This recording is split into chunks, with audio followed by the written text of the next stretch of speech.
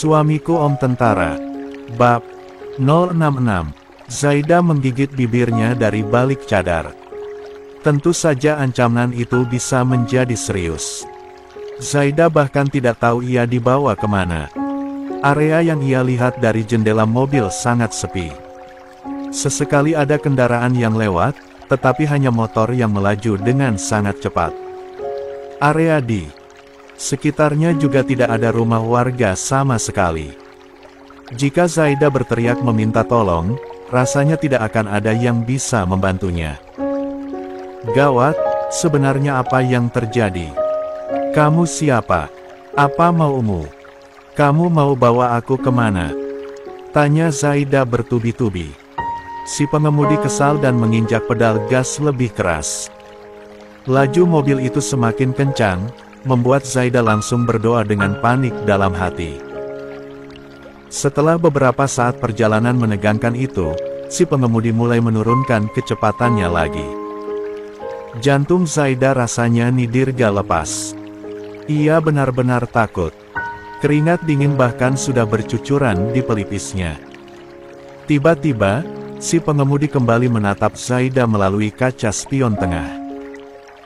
Saat itu juga si pengemudi yang sejak tadi memakai hoodie, topi, dan masker membuka semua itu. Zaida membelalak ketika melihat seringai si pengemudi terpantul dari kaca spion tengah itu. Niki. Saking takutnya, suara Zaida bahkan sampai terbata-bata. Niki tidak menjawab, ia hanya menyeringai kepada Zaida. Saat ini, berbagai pertanyaan memenuhi kepala Zaida. Bagaimana mungkin Niki ada di sini? Bukankah dia sedang di penjara? Apa mau kamu, Nick? Nggak seharusnya kamu di sini. Seru Zaida. Ia mengumpulkan sisa-sisa keberanian yang tersisa di jiwanya. Aku mau kamu mati. Kamu sudah membuat hidupku hancur, Zaida. Zaida syok berat. Ia langsung beringsut minggir ke pintu mobil dan berusaha untuk membukanya. Sayang sekali, Niki sudah mengunci semua pintu mobil itu sehingga Zaida tidak bisa keluar. Zaida yang panik menarik-narik tuas pintu mobil berkali-kali, berharap ada keajaiban dan ia bisa melompat keluar. Namun, harapannya pupus. Ia justru mendengar tawa maniak Niki di dalam mobil itu, seolah ia senang sekali melihat Zaida tersiksa dalam ketakutannya. Kamu nggak akan bisa kemana-mana, Zaida. Tegas Niki. Nick, istighfar. Ini salap, Nick. Kamu bisa mendapatkan hukuman yang lebih berat kalau tertangkap. Niki tertawa mengejek. Aku nggak peduli asalkan kamu mati di tanganku. Niki benar-benar sudah gila. Bujukan seperti itu sama sekali tidak mempan kepada gadis itu. Sadar, Nick. Ini bukan kamu. Kamu bisa memperbaiki dirimu sendiri dan memulai hidup baru nanti, jadi tolong Zaida berteriak kaget ketika Niki tiba-tiba mengerem mobilnya mendadak. Niki berbalik dan menodongkan sebuah pisau mengkilat tepat di depan wajah Zaida. Diam. Asal kamu tahu, hidupku sudah selesai saat kamu menghancurkan semua impianku. Hidupku hanya Bang Firsa. Zaida menelan ludahnya dengan susah payah. Ujung tajam pisau yang mengkilat itu hanya berjarak sekian senti. 9. Saja dari wajah Zaida. Salah pergerakan sedikit saja maka pisau itu akan menusuk wajah Zaida. Nick, obsesi seperti itu nggak baik. Kamu bisa dapat laki-laki lain yang lebih dari Mas Firsa, jadi Zaida memejamkan matanya. Ujung pisau itu semakin dekat pada wajah Zaida. Ketakutan semakin merayap. Zaida benar-benar tidak tahu lagi harus bagaimana. Nggak usah banyak bacot. Sekarang mendingan kamu diam atau aku butakan matamu saat ini juga. Ancam Niki. Zaida tercekat. Ia tidak bisa menjawab apa-apa, bahkan untuk bernapas saja rasanya sangat sulit. Setelah memastikan Zaida diam, Niki kembali memacu mobilnya. Mereka berbelok di sebuah bangunan pabrik lama yang sudah runtuh dan berlumut. Pagar pembatas pabrik yang terbuat dari seng dan kawat berduri itu sudah rusak sehingga Nicky langsung menerjangnya dengan mobil itu hingga berhasil masuk. Nicky baru berhenti ketika sudah berada di bangunan pabrik lama tersebut. Saat itu, ponsel Zaida yang masih tergeletak di bawah kursi kemudian Nicky terus-terusan bergetar. Ada panggilan dari Firza yang mengkhawatirkannya. Di hotel tempat Firza menunggu Zaida, ekspresi bahagianya sudah luntur tergantikan dengan ekspresi khawatir. Sudah lewat 1 jam dari jam janjian mereka. Namun, hingga detik ini masih belum ada respon dari Zaida. Firza terus mencoba menghubungi Zaida, tetapi tak satu pun panggilannya dijawab. Firza mencoba melacak lokasi ponsel Zaida, tetapi hasilnya juga nihil. Staf hotel yang sejak tadi bersiap untuk reservasi Firza kebingungan karena sudah lewat jam janjian. Reservasi ini tentunya harus on time, sebab di perjanjian reservasinya ada catatan waktu yang sudah diajukan dari pukul berapa hingga pukul berapa Firza akan memakai tempat itu. Permisi Pak, bagaimana dengan kelanjutannya? Apa istrinya belum datang? Tanya staf itu. Tolong tunggu sebentar lagi. Saya masih menghubungi istri saya. Staf itu mengangguk kemudian berbalik pergi. Firza sudah kalut luar biasa. Tiba-tiba, ada panggilan baru dari nomor asing ke ponselnya. Firza mengernyit bingung. Itu bukan nomor yang tadi, berarti bukan nomor Valeri. Halo, kata Firza. Halo, Bang Firza. Kangen gak sama aku? Firza membelalak. Nicky, apa-apaan ini? Hehehe, aku kangen banget sama abang. Kenapa kamu bisa telepon, Nick? Bukannya kamu ada di SSSTTT? Abang gak perlu bingung, aku pengen ketemu sama abang. Maksud kamu apa, Nick? N10. Hehehe. Zaida sama aku nih. Firza melotot kaget. Apa? Nick, kamu jangan macam-macam sama Zaida ya. Di mana kamu sekarang? Hah? Duh, nggak usah panik gitu dong. Zaida aman kok. Iya, kan? Nicky mendekatkan ponselnya pada Zaida dan saat itu Zaida langsung berteriak dengan putus asa meminta pertolongan kepada Firza. Nicky tertawa-tawa jahat. Abang mau nggak ketemuan sama aku?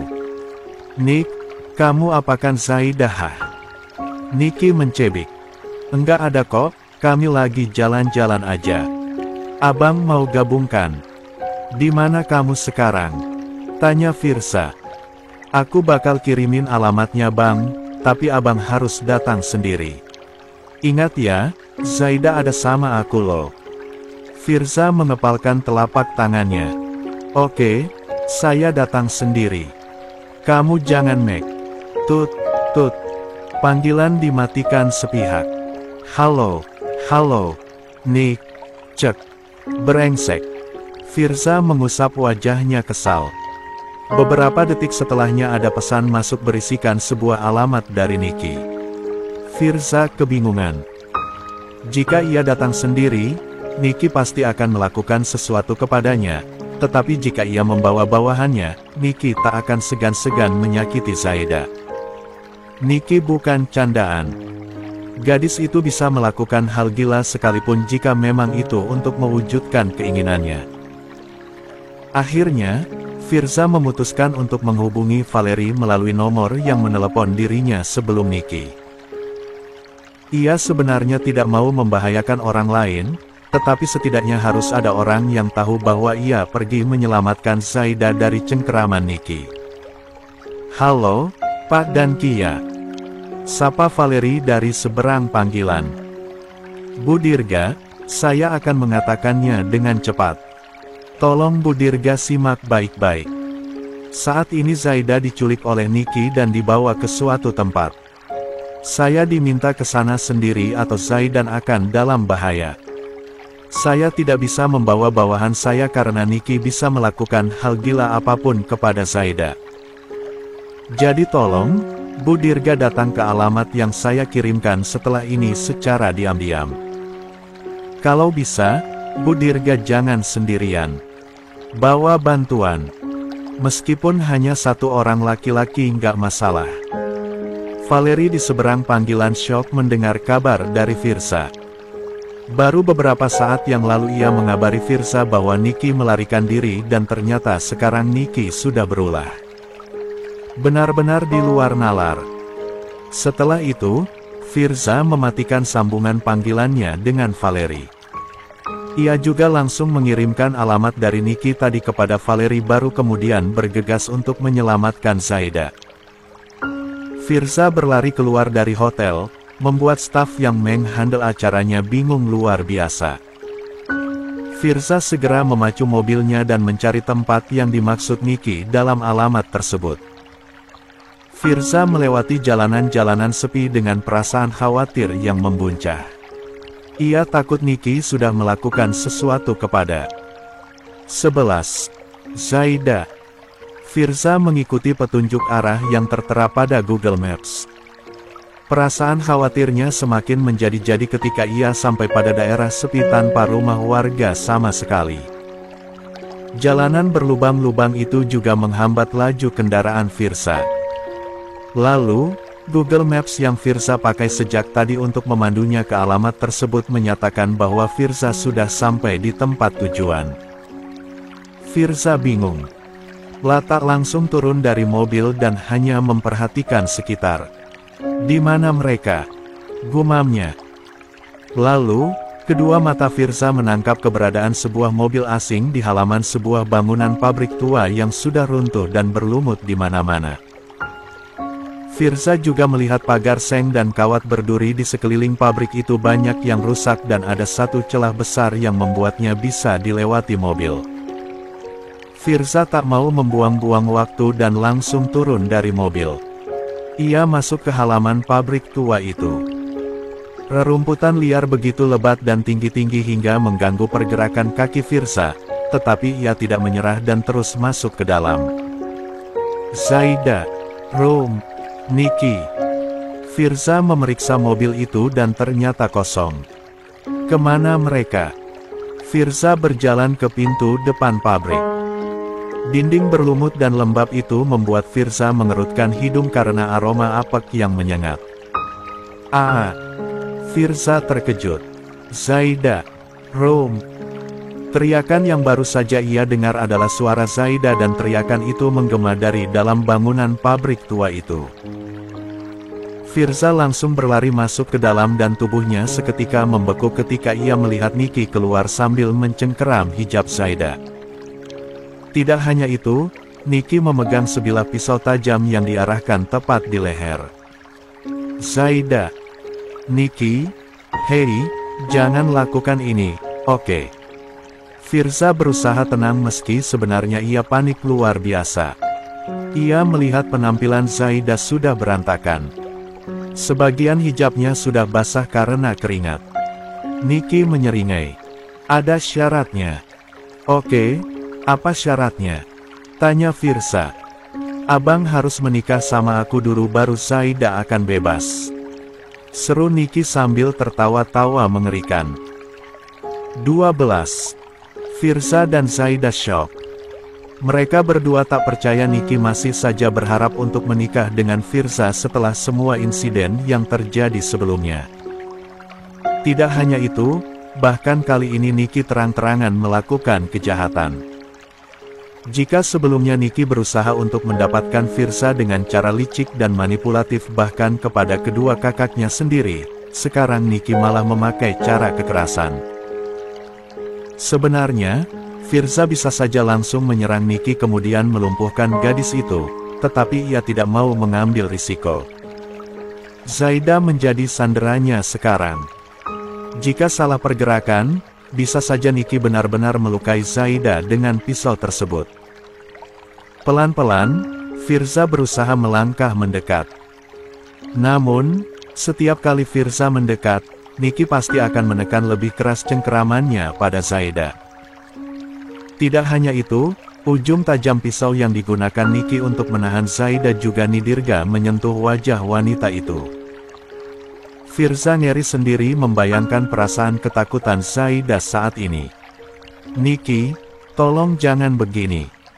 Abang tahu kamu bukan seorang penjahat. Kalau kamu nekat melukai Zaida, kamu akan dicap sebagai pembunuh seumur hidup kamu. Tolong, lepaskan Zaida sekarang ya. Niki tertawa. Nggak akan.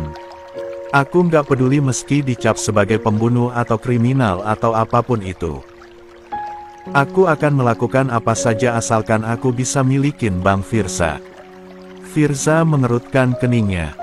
Ini benar-benar sulit. Niki sangat terobsesi kepada Firza dan ia tidak lagi bisa mengendalikan obsesinya sendiri. Niki, kamu masih muda. Kamu masih punya masa depan. Jalani hukuman kamu dengan baik, nanti kamu bisa memulai kehidupan baru setelahnya. Ada banyak laki-laki di dunia ini yang lebih baik dari abang dan bisa mencintai kamu dengan tulus. Niki menggeleng. Enggak. Aku nggak peduli meskipun ada banyak laki-laki yang mencintai aku. Aku maunya Bang Firza, titik. Firza mengusap wajahnya sendiri. Harus dengan cara apa ia membujuk Niki sekarang? Firza mencoba untuk bertindak nekat. Maju beberapa langkah untuk meraih Zaida yang bergetar ketakutan dalam cengkeraman Niki. Namun sial, tindakan tersebut membuat Niki nekat menyayat pipi Zaida dengan ujung pisaunya. Zaida menjerit kesakitan. Luka itu mungkin tidak dalam dan hanya luka gores saja, tetapi Niki menyayatnya perlahan-lahan, menimbulkan sensasi perih yang luar biasa. Firza melotot kaget. Zaida. Darah menguncur dari luka sayat di pipi Zaida itu. Sementara Niki, ia malah tertawa puas melihat Zaida tersiksa. Hahaha. Ini baru luka kecil. Belum leher kamu. Zaida menggigit bibirnya. Air matanya sudah bercucuran sejak tadi. Ia sungguh ketakutan. Tidak hanya itu, saat ini Zaida juga sedang mengandung. Zaida sebenarnya lebih mengkhawatirkan kondisi kandungannya daripada 13. Dirinya sendiri. Zaida ingin mengatakan tentang kehamilannya kepada Firza, tetapi ia takut hal itu hanya akan memancing Niki semakin bertindak gila. Niki, lepaskan Zaida sekarang juga. Bentak Firza. Ia tidak bisa bersikap lembut lagi. Niki menyeringai. Abang harus menikah sama aku baru aku lepasin dia. Firza menggigit bibirnya kemudian menghela napas panjang. Oke. Abang bakal nikahin kamu. Sekarang lepasin Zaida. Niki menggeleng. Ia tidak percaya dengan pernyataan Firza. Mana buktinya? Jangan kira abang bisa nipu aku ya. Abang janji. Lepasin Zaida dulu. Niki menggeleng. Ia justru semakin mendekatkan bilah pisau tajam itu pada leher Zaida. Aku nggak akan bisa dibodohi. Dia harus hilang dulu baru abang mau menikahiku, kan? Pisau yang dipegang Niki Nidirga menyentuh leher Zaida. Saat itu, Firza benar-benar panik. Abang janji. Abang nggak bohong. Abang akan lakukan apapun untuk kamu asalkan kamu lepasin Zaida sekarang. Tolong, Nick. Niki mulai terpengaruh dengan ucapan Firza. Abang beneran janji. Firza mengangguk. Iya, abang janji. Tolong lepaskan Zaida sekarang. Kalau perlu ayo kita ke penghulu sekarang. Saat itu, Niki yang mulai terpengaruh dengan ucapan Firza mulai lengah. Cengkeramannya pada Zaida mengendur. Zaida bisa merasakan hal tersebut sehingga ia berusaha untuk memanfaatkan keadaan. Zaida menginjak kaki Niki kuat-kuat hingga gadis itu menjerit histeris. Ark! Sialan! Saat Niki terdorong mundur karena kakinya kesakitan, Zaida langsung berlari menyelamatkan diri menuju kepada Firza. Zaida menangis terseduh-seduh dan Firza langsung memeluknya erat-erat. "Zaida, kamu baik-baik aja, kan? Luka di pipi kamu itu apa sakit?" Firza menatap prihatin melihat luka sayat berdarah di pipi Zaida. Jemari Firza terangkat dan menyeka sisa darah yang mengalir dari luka itu. Zaida menggeleng. "Nggak apa-apa, hanya lecet aja," jawab Zaida. Firza dan Zaida kembali berpelukan, tetapi hanya sebentar. Firza langsung menggandeng pergelangan tangan Zaida dan meminta wanita itu untuk berdiri di belakang tubuhnya. "Jangan lepaskan tangan saya, Zaida," kata Firza. Zaida mengangguk. Jantungnya masih berdebar tak karuan. Rasa takut pun masih memenuhi jiwanya. Apalagi, Niki sekarang kelihatan sangat murka. Benar saja.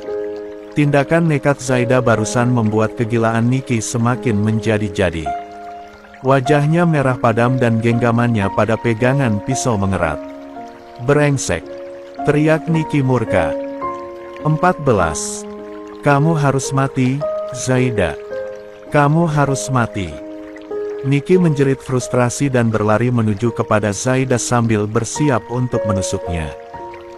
Zaida panik. Ia menggenggam tangan Firza erat-erat dan memejamkan matanya.